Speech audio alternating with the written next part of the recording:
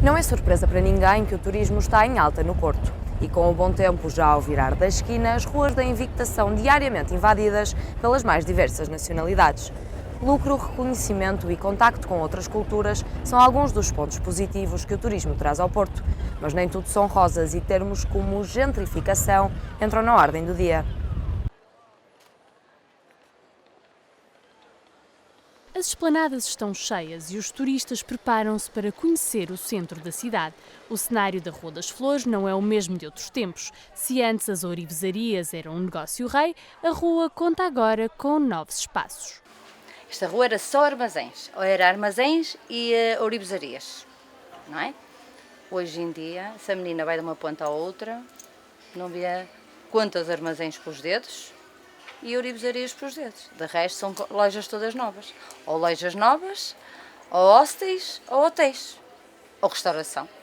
Anabela Vieira trabalha na Rua das Flores há 29 anos. Já viu muita gente passar por aquela calçada, mas nos últimos tempos as caras de sempre tendem a desaparecer. As pessoas que passam aqui são as pessoas que trabalham ou então que moram aqui. E poucas já. Poucas, porque estão a sair muitas pessoas daqui da cidade. Da cidade, neste caso, perto daqui. Com a chegada dos turistas, o centro do Porto está a perder residentes. Há quem fale em gentrificação, isto é, na substituição de um tipo de habitantes por outro. No entanto, o geógrafo José Rio Fernandes considera que o fenómeno em causa é a turistificação. Verifica-se quer na residência, portanto, menos residência e mais alojamento temporário, como no próprio comércio, em que tem muito menos tabernas e mercearias e tem muito mais boutiques gourmet e casas não sei quantos para uma população, quer visitante, quer mais elitizada, do estudante universitário, do professor universitário, do artista. Este género de negócio não trabalha com o turismo. Não quer dizer que eles não entrem, não é? Não quer dizer que eles não entrem, eles entram. Levam, mas é ou porque se esqueceram, ou porque vêm mal agasalhados, ou porque vêm muito agasalhados, mas o nosso cliente somos nós, é daqui. Avaliar os impactos do turismo a longo prazo pode ser difícil, mas há quem aponte para um cenário negro. A perda de identidade da cidade pode ser uma consequência, mas nem todas as visões são negativas. Outra hipótese que eu acho mais interessante, mas que eu acho que implica políticas públicas, implica uma intervenção pública, é de evitar esta tendência e ter uma intervenção no sentido de favorecer a mistura. Deve ter turistas, mas deve ter residentes, deve ter ricos, mas deve ter pobres, deve ter comércio, mas deve ter serviços, deve funcionar à noite, mas deve funcionar de dia.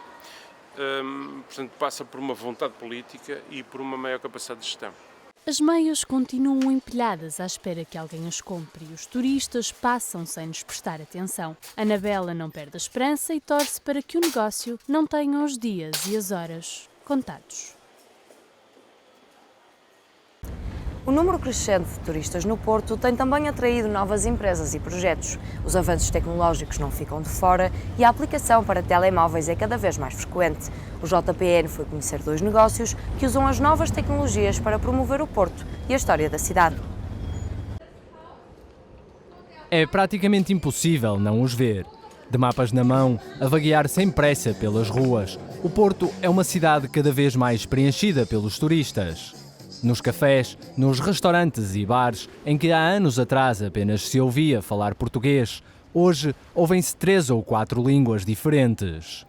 Mas, para além dos negócios tradicionais, há novas empresas na cidade. A Zarco é uma delas. Situada no UPTEC, põe em contacto turistas e locais para oferecer uma experiência única.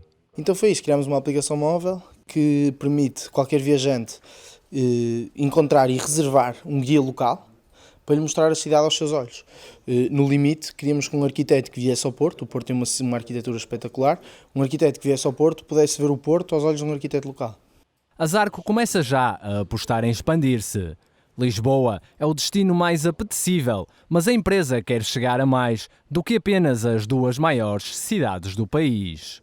Nós acreditamos que Portugal não são só as 2 cidades, por isso também queremos crescer para umas cidades mais pequenas, sendo que o número de guias locais em Lisboa e em comparação para Braga, Coimbra e Guimarães é bastante diferente. Estamos a falar de entre 50 a 60 guias em Lisboa e Braga, Coimbra e Guimarães 20 a 30, ou seja, quase metade. Os turistas encontram a população local e podem ver a cidade pelos olhos de quem sempre a viu, de quem sabe como era e como agora é. Há outra empresa, contudo, que apostou totalmente no mercado dos dispositivos móveis e que oferece um serviço semelhante. Através da aplicação ao Porto Insight, é possível aceder a guias da cidade em várias línguas e descobrir curiosidades sobre vários pontos da cidade. O projeto tem como base cerca de 1.300 pontos de interesse da cidade. Quando digo pontos de interesse, digo desde os pontos turísticos, que são visitáveis, até os cafés, os restaurantes, os hotéis, os hostels, ou seja, uma lista de vários pontos na cidade do Porto que podem ser visitados por lazer ou podem ser de sítios onde as pessoas podem ir comer, descansar, correr, passear, seja o que for. O sucesso da aplicação criada por este casal portuense atingiu gradualmente portugueses e estrangeiros. Poderá o Porto Insight ser aplicado a outras cidades? Nós estamos baseados no Porto, é um bocadinho complicado conseguir estender o conceito para outras cidades, não é? Obviamente, mas pensamos nisso porque tivemos realmente outras cidades que mostraram até interesse. Estas são duas empresas que fazem do mundo digital a forma de concretizar um negócio e que veem no turismo um mercado ideal. O resultado final comprova que o tradicional e o moderno podem conviver lado a lado. A Polícia de Segurança Pública tem vindo a dar cada vez mais atenção ao setor do turismo. O JPN entrevistou a subcomissário Sílvia Caçador, comandante da Esquadra de Turismo no Porto, e tentou perceber como é que a PSP atua em prol da segurança dos turistas.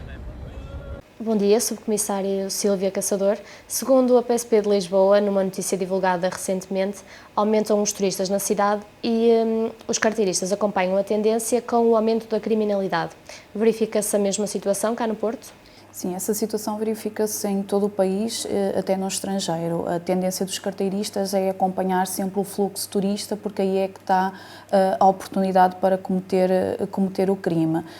Nós aqui em Portugal temos carteiristas nacionais, como também temos estrangeiros, principalmente estrangeiros. Os nacionais mantêm-se por Portugal e dificilmente mudam de cidade, só se quando houverem grandes eventos a nível nacional, enquanto os estrangeiros tanto se deslocam a nível nacional como a nível europeu, de acordo com o número de turistas e, como é óbvio, e como vemos várias vezes nas notícias, cada vez mais aumenta o fluxo turista a nível nacional, em especial no Porto e cidade de Lisboa. E quais é que são as zonas onde se verifica um maior aumento de criminalidade? Normalmente as zonas é onde circulam mais turistas. Temos a Rua Santa Catarina, temos a Avenida dos Aliados e os principais pontos turísticos onde tem os monumentos de maior atração. E são registados só furtos a turistas ou também outro tipo de criminalidade? Normalmente aos turistas estão associados os furtos por carteirista, assim como o furto no interior de viatura. O furto no interior de viatura porque normalmente os carteiristas conseguem identificar facilmente uma viatura que é ou alugada ou então tem matrícula estrangeira e normalmente eles pressupõem que os turistas vêm acompanhados com as malas, com o GPS, o que cria a tal oportunidade para o cometimento do crime. E como é que a PSP combate a criminalidade contra os turistas cá no Porto? Nós no Porto, assim como em Lisboa e também no Algarve, temos uma esquadra que é unicamente direcionada para os turistas, que é a Esquadra de Turismo, que fica localizada junto à Câmara do Porto. Temos efetivo que se dedica exclusivamente ao atendimento de turistas e ao acompanhamento e também fazem várias ações de sensibilização, de fiscalização, tudo direcionado para a parte turística. Depois também temos o efetivo das esquadras territoriais que também dão apoio nesta missão. E o verão costuma ser a altura de maior afluência turística, que coincide muito provavelmente também com as férias das equipas policiais. A PSP consegue manter um dispositivo que assegura a segurança? Sim, obrigatoriamente temos que manter sempre o dispositivo. Como é óbvio, há um maior número de elementos de férias, mas nós temos que obrigatoriamente garantir um efetivo que nós consideramos ser aquele necessário para manter a segurança ou prevenir o cometimento de ilícitos. Muito obrigada. Fechamos assim esta conversa sobre segurança e criminalidade contra os turistas no Porto. São as declarações da subcomissário Sílvia Caçador, comandante da Esquadra de Turismo do Porto. O aumento de turistas no Porto tem as suas desvantagens, mas é sem dúvida benéfico para a economia e principalmente para o comércio local. O Café Embaixador situa-se na Baixa da cidade, perto da Avenida dos Aliados, e tem notado um aumento da clientela nos últimos anos, não é assim, Filipa? Exatamente, Cláudia. Tem-se assistido a um aumento do número de turismo aqui na cidade do Porto e nos seus locais mais icónicos. Tenho comigo o Sr. Lino, proprietário do Café Embaixador. Sr. Lino, tem notado um aumento do número de turistas aqui na cidade do Porto? Sim, tenho notado. Precisamente agora está a passar aí um grupo considerável de pessoas e tem sido uma constante durante este ano. Este ano nota-se mais, já o ano passado também se notou, e nota-se todo um desenvolvimento à volta do turismo, nomeadamente no aumento dos hostéis, e tenho falado com colegas, com amigos, que dizem que está praticamente sempre esgotado ou com uma lotação considerável. No que nos diz respeito, temos a casa praticamente sempre bem composta, todos os dias, por residentes e com os turistas que compõem a outra parte. Então, relativamente aos seus clientes, a maior parte dos seus clientes são turistas ou são também residentes da cidade do Porto? Continuam a ser residentes porque, com o aumento do turismo, há mais ambiente, há também mais pessoas na Baixa. A Baixa passou a ser um polo também de atração e chama também os da periferia que até agora estiveram afastados.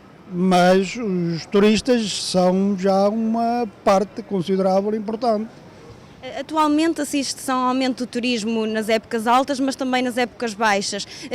Confirma isto ou acha que continua a haver mais turistas nas épocas mais altas? Continua a haver no verão, é a época dos turistas por excelência, embora que se tenha notado também já no inverno que, sobretudo nos dias de sol, nota-se logo os turistas a andar por aí. Muito obrigada, Sr. Lino. Como podemos ver, Cláudia, aqui no Café Embaixador, os turistas têm aumentado, mas continua a haver lugar para os residentes da cidade do Porto. É o ponto final no noticiário do JPN desta semana, dedicado ao turismo.